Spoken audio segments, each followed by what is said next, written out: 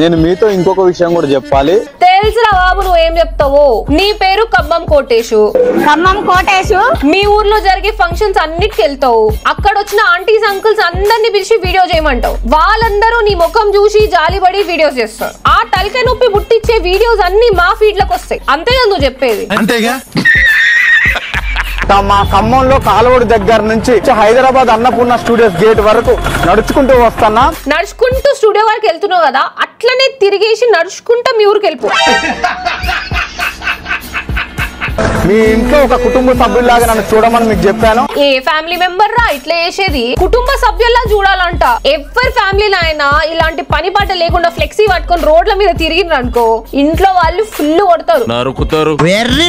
చేసేది ఒక హౌల పని, మళ్ళీ బ్యాక్గ్రౌండ్ లో ఒక సాంగ్. 1 month టైం ఉంది. ఈ 1 month లో ఎలాగైనా బిగ్ బాస్ సీజన్ 9 లో నేను ఉండాలి. నా పాదయాత్ర